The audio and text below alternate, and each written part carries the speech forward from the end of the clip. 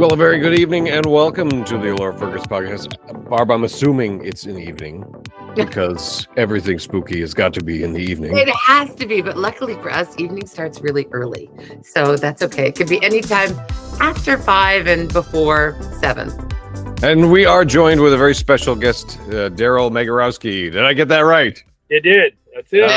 Excellent. Nice to have you. Darryl, of course, for those listening who saw the title and clicked on it, is, of course, the creator of Salem Frights. I've never attended, but Barb, you have experienced the frights in Salem.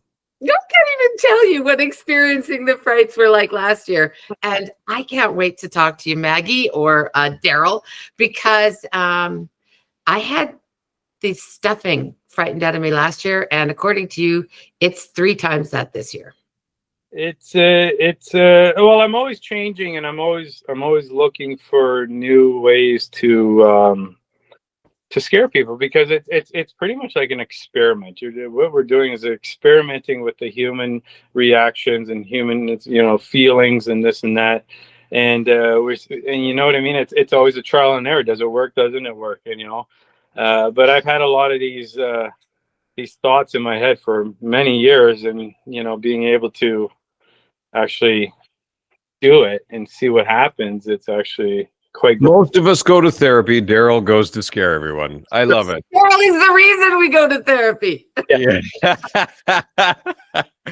No. So is that, what would you say is the inspiration behind Salem Frights? Well, I mean, I was doing this, so in total, this will be my 11th year of doing a haunt. The other 6 years was in London, Ontario, and that was just literally, I had an empty basement in my house in London, and I actually framed in the whole haunt into the basement. So, but again, like I said, in previous years, though, I've been doing haunts since I was a child, around the age of 9. And just building haunts, putting, the bed sheets and went up in the drop ceiling, and making hallways and this and that in a dark room, and then calling my friends over and scaring them. Like a scare back in the day was like putting pillows on the floor, like, oh, what are we walking on? Or just with a flashing, 80s strobe light back in the day. And that's what I had with. What scared us then versus what scared us now. I mean, let's just look at the geopolitics and find that scary enough. Darryl, so is there like, out of all the things you've done, is there one, that theme that sticks out, and is there a reason why? Like what? There's, okay, so like in my second year, we did a one scare that worked really well, and we just called that the nun hallway. So we totally reenacted the whole nun scene, where the nun's coming down the hallway, and as she passes a candle, the candle would blow out, and then it would just go into darkness, and big loud bang of noise would come on, and then a secret door would open up, and someone would jump out from another area to scare the people trapped in this room that you couldn't get out, because there was a doorway at the end, but the door had no intentions of opening. We screwed it right to the wall. But it was amazing that people would still try to open this door. There's nowhere you're going, right? Okay, I'm glad I wasn't there. I'm just saying. Yeah, and then but as far as the overall theme, was year 3, and that one was called The Village of Salem, and that one was just really over the top, where the whole beginning was like you're walking through an old like European style, late 1800s style village, with everybody in these monk outfits that didn't speak to you, and just they just pushed you towards the church entranceway, and then everything went haywire after that too. But yeah, that one was a really it was a big one. I had a really large layout, which that one was good. I enjoyed that one too, but it was very effective. Well, for those that have not experienced it, like myself, give us kind of a 10,000-foot overview of what the experience is. And also, I'm curious, like, how many people do you normally see over the course of October? Well, this year will be interesting just because we're able to do it for eight nights this year. Normally, it's been either 5 or 6. I mean, sometimes we've had some rainouts and whatever, but we get around 3,000 people over those 5 to 6 days. So they're busy, and we on the website I do say that closing time will be 10 or 11, right, depending on the night. But that doesn't mean we're done. We make sure if you're in line that everybody goes through. So our latest have been 1 a.m. Holy cow. So, but Can yeah. we talk about this year's theme? I mean, can we give a little teaser to our listeners? Well, you know what? I was thinking last year, and I'm like, oh, what can I do for one more theme? And I just started to look at my logo for Twisted Teas, my business, and I'm like, oh my God, how did I not even think of this? My logo is a crazy laughing clown. I'm like, right? Because I've always been a big avid fan of Coney Island, the freak shows, and this and that. And my store that I had in Niagara Falls back in the day was all Coney Island theme and freak show and everything else with merchandise as well. But I'm like, how did I miss this one? So I'm like, we got to do this now. So it is just called Hell Ride this year. And the whole focal point of the main facade is it's a dark ride, a classic ghost ride where you sit in the carts and you go for a ride in the carts. So I've always loved those as a kid, even though they're super cheesy, just horrible. They're just the worst things ever, but they've always been something that's intriguing, and it's just very enjoyable for me. And I'm like, let's give this to the people that don't even know what those are, because you don't see them too often anymore. So, well, Ryan, just so you know, we're going with 4 people, and you and me and the 2 women are going in one cart. I'm pulling you over, and we're letting the boys go in the other cart. So just so you know, we're going to do our best to outscream one another. Yeah. There is a max capacity of 4 people per group. So however you want to break it up, that's up to you guys. But at the same time, it'll be nice and intimate for the group for your group, because I'm not a big fan of some of these haunts that just herd people through like a bunch of cattle, and it's just a continuous line. It ruins the jump scares. It ruins that intimacy, that one-on-one time. So groups of 4, you guys go in by yourself. You'll never run into another group in front.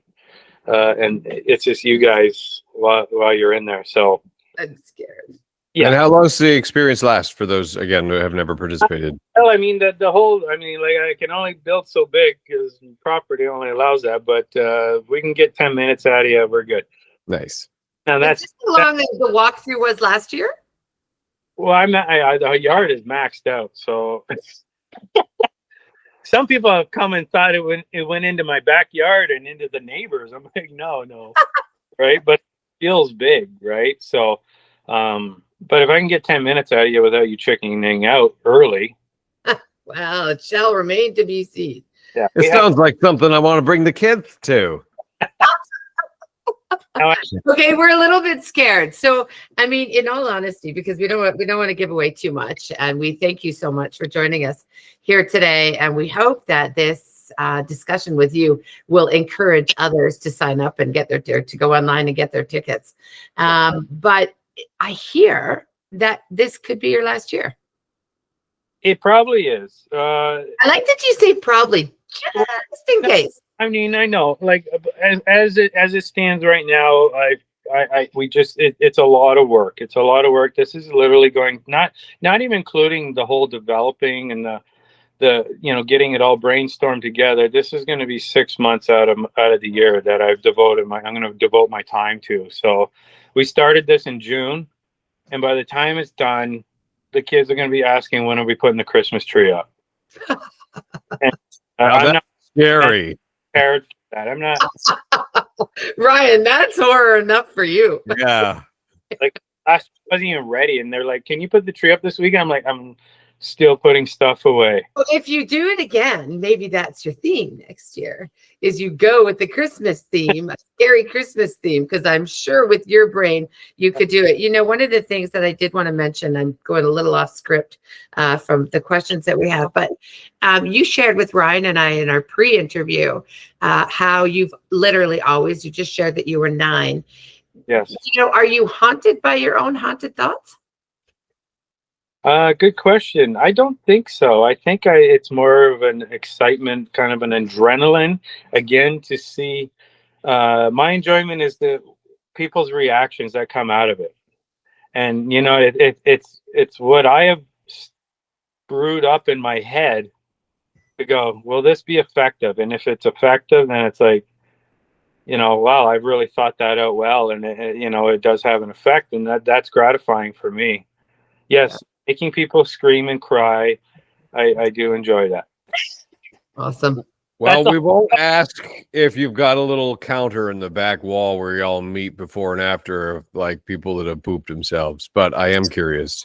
Yeah. Last year. Well, that's where you were going. I thought you were going to say that they talked about how scared we got. Thanks, Ryan. Yeah. Last had 43 people that never even made it through the first room, which was the office of the motel. As you would know, Barb's 43 people backed up. I was already ready to stop. The year prior to that, we had over 80 people back out. So we do want to add that you do have a warning if you have a bad heart, if you other things that you put on your warning. Any seizures, any heart issues, all that stuff. Yeah. Okay. Yeah, it's just precaution. You want to make sure that, my intent is to scare you.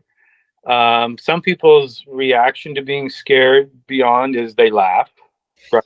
Or I cry, I laugh when I'm nervous. Before we go, we have some really good news too, though, right? Like, I believe that Darryl, you are so committed to this community and to serving our podcast as we continue to grow, that you want to give some tickets away, 2 pairs of tickets to the event. Yeah, we're going to give 2 pairs of tickets. So, yeah. Do you want to make it your business name? Let's know what my business is. So we'll go with that. 2 pairs of tickets on the house. All right, there it is. Well, Darryl, we thank you so much for your time today. Where can people go to learn more? Oh, they go to my website to get all the information, which is www.twistedteesmerch.com/Salem Frights. There it is. Thank you so much for joining us on this episode of the Laura Fergus podcast.